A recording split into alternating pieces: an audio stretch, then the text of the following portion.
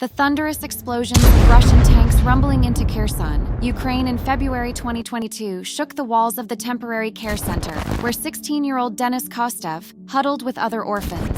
Denis would soon emerge as one of the most ardent supporters of Ukraine's resistance, railing against Putin in defiant video blogs. As the occupation dragged on, it became too dangerous for Denis to remain in Kherson.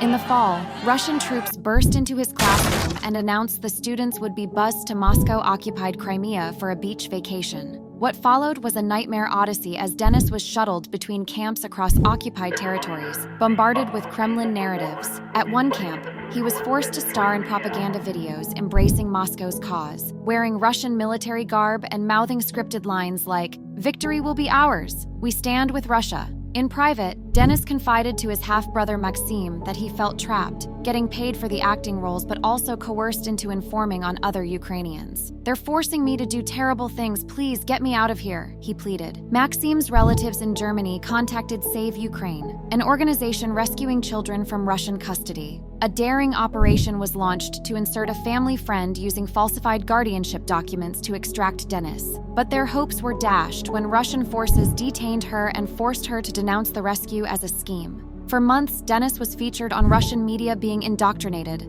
a prop in Putin's cruel campaign to strip Ukrainian children of their identities. Then in December, he resurfaced, revealing in a video call he had been coerced into cooperation by Russia's feared FSB security services under threat of punishment. "They can try to break me, but I'll never stop being Ukrainian," Denis declared. A new exfiltration plan took shape using Save Ukraine's underground network. Under cover of darkness, Denis made a harrowing journey by train from Moscow across borders, staring out at rail yards where Russian tanks waited to roll west. He pushed on toward Germany where his family awaited.